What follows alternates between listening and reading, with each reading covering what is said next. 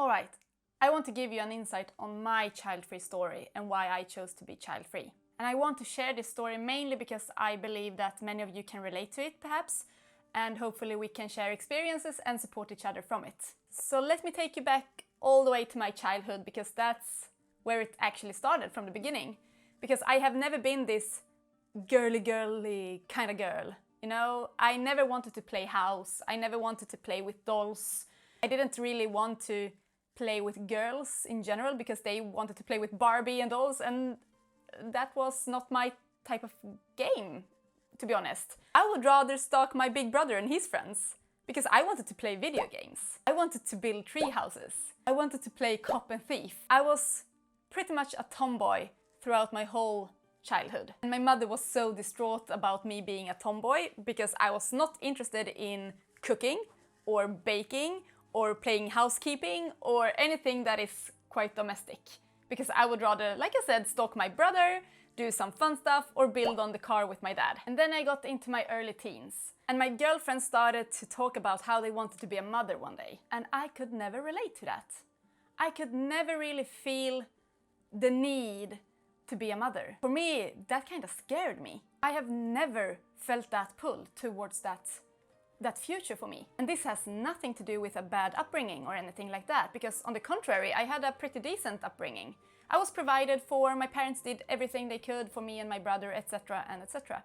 I just felt that my purpose in life was greater than just being a mother. I expressed my standpoint on being a mother already when I was 11 years old, but no one took me seriously. They rather laughed at me, like, haha, just you wait until you get older, then everything will change. Obviously it didn't. My parents come from the South Europe, and for them, family is everything.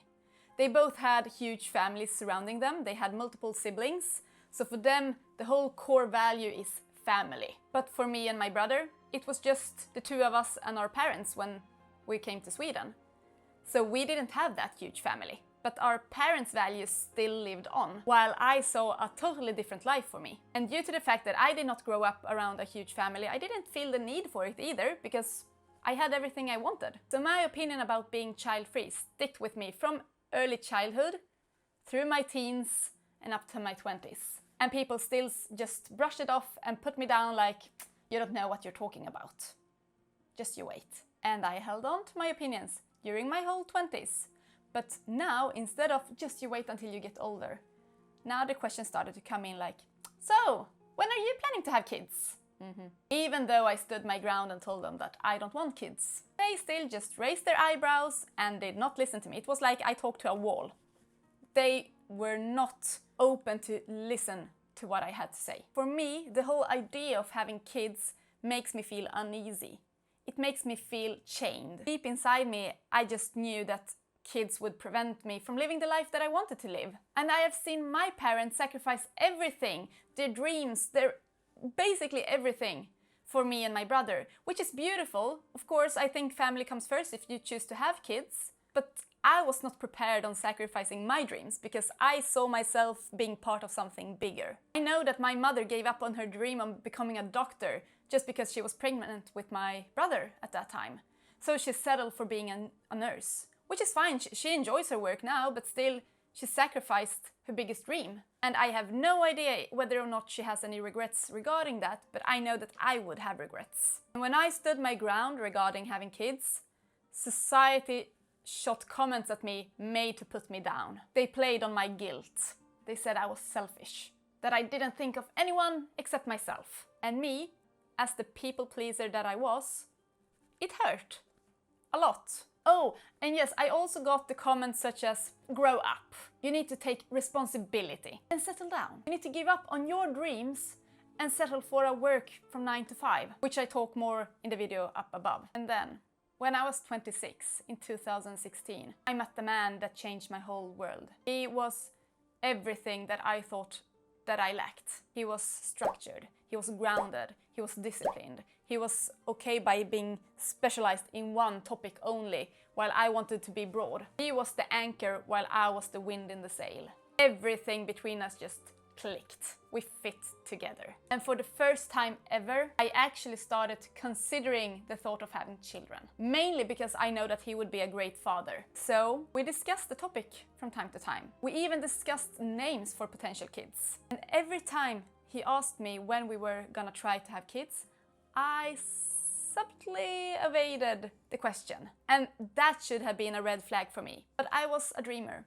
I hoped. I wanted to be with this man because he made me feel so much, and I get a bit emotional about it already. But I evaded the question every time. In the beginning it was like, I want to finish university first. And when I was done with the university, the next excuse was, I want to find a solid job first. And when I got that job, it was another excuse, I want to have a house first. So I always tried to evade the question, and I was so afraid of losing him. And my last excuse was, I want to be married first, because we were already engaged. And please note that he had already told me also that he was okay by not having kids as well, because he was so happy with the life that he led right now. So for him, children was not a requirement, but he thought that it was gonna be lonely when we got older if we didn't have kids. So that was his main objective. He didn't want to be lonely when he got old. And he also saw all the fun things that we could do with the kids when they were like 6 years or older, while I only saw the misery from the pregnancy, the lack of personal space, and the lack of my own interest during those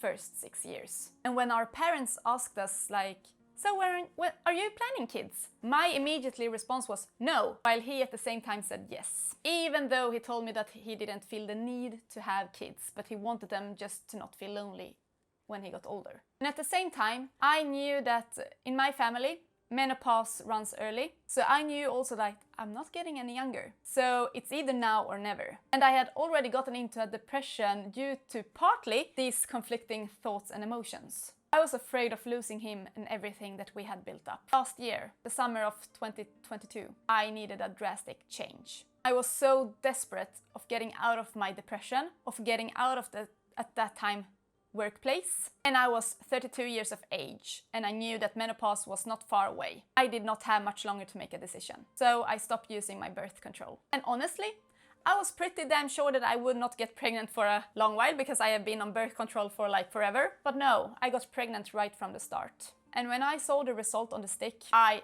totally panicked. And when I showed it to my at that time fiance, it was not like he was like, hooray, wow, we're gonna be parents, this is awesome. No, he was kind of quiet. And he looked at me and like, so what do we do now? And I'm like, I don't know. Let's just keep it a bit down and see what happens. And he was like, yeah, well, it's either now or never because you're not getting any younger, so let's go with the flow. But at the same time, he also said that he enjoyed his child-free life at the moment. So because of our like not super happy response regarding this, I asked him politely to, can we just stay quiet about this for a while? Mainly because I needed to figure out how to proceed. And those first weeks were like hell on earth. It was the worst weeks in my life. I could not eat. I could barely drink. I slept a whole days because of the nausea. I was so tired all the time. And all of a sudden, I was not allowed to eat whatever I wanted anymore. I was not allowed to do some newfound hobbies such as shooting because it could damage the embryo due to the sound waves, basically. And I felt so chained down. And I could not even enjoy my summer vacation during that time because of the nausea. So we decided to tell his brother about this pregnancy because his brother is a doctor, so he prescribed me some medication against the nausea so that I could at least function as a human being. And I also talked with him regarding my conflicting thoughts about having kids. And his response were, you know what, I have heard so many upcoming mothers saying the same thing. And it's totally normal to feel those conflicting feelings because it's life-altering. So it's totally normal, you should not worry about it. And I also started Google. And everywhere I read, people said the same thing. It's totally normal to feel those conflicting feelings. It will change once the child is born. We promise. And because everyone said the same thing, I kept quiet about my thoughts, about my feelings, about my panic. And I still regret that choice in keeping quiet. I should have shared my thoughts with my partner, but I felt trapped. And I didn't want to do this whole thing about something that is obviously normal, according to other people or everyone that I talk with. So I didn't want to make a fuss about it. And then I went to this weekend trip to London with my girlfriends, and they started to wonder why I didn't drink cocktail with them, for example. So I told them that I was pregnant, and they were like, wow, congratulations. And then they stopped because they saw my face. I could not even feel an ounce of happiness about this pregnancy. I just couldn't. And they saw it in my eyes. And I still get emotional about it. So yeah, at week 8, I totally broke down. I just felt this is not gonna work. And I knew that I was gonna lose him. I hoped that I wouldn't, because he said that he was okay by not having kids as well. But I just had this feeling that I will lose this man in my life whom I loved above everything else. So I finally told him about all my emotions and conflicting thoughts, and that I could not lie to myself anymore. And I should have told him this right from the start. So, I know, suit yourself, right? But I never did anything with any intentions of hurting him, ever. And then, hell broke loose. I lost everything within a couple of weeks. I went through the abortion, and inside I felt this huge relief that I finally listened to my own inner voice and heart. So I don't regret that decision at all. It was the best thing for me. I just wish that I handled the whole situation differently. But I knew that my life would never be the same again. So he left me.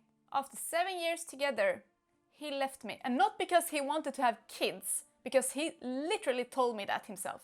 It was about his pride and principles. He left me because of that.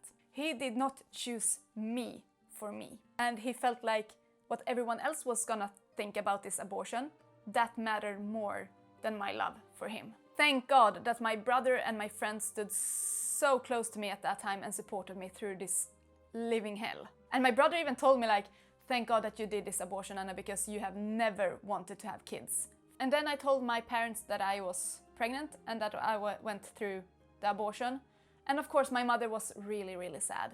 She was so sad. And she said like, oh no, Anna, he's gonna leave you. You're gonna be alone. And I'm like, yeah, I know. But I stood my ground calmly and said, you know what? I will just find someone who's more suited for me. Do you really want me to have kids for someone else? And she could not answer yes to that question. And ever since then, she has supported me. She finally understood that I was serious about this. And in the middle of this mess, she and I grew closer to each other as well. Do I regret my choice in the abortion? Absolutely not. It was totally the right decision for me. I mean, I would never be able to bring a child to this world and knowing that I would not be happy about this child. It's not fair to either the child or me. What I do regret, however, is that I wasn't confident enough to speak my mind right from the start, stand my ground, and listen to my own heart. And I should never have gotten pregnant from the start. I regret that I didn't communicate better. I regret that I didn't know myself better at that time. And I regret that I put everyone through a living hell during that time. But I'm trying to forgive myself and show myself some grace and try to look from the positive sides of what this has brought me. I found my own voice again. I finally stand my ground. And I feel like I'm living my authentic life. But do I miss him? Abso-fucking-lutely. Yes, I do. But he did not choose me for me. He chose his pride. So that person is not for me, even though it hurts. And that is my regret to live with. And of course, thoughts like, if I were only more upfront from the beginning, then he and I could still be a thing. Yeah, perhaps. But I'm only human. And he was not willing to see it from my side. He was not willing to try to understand me. He just blamed me. Everything was my fault. Everything was my fault. In his mind, this was easy for me. So, yeah. It could have been different, I don't know.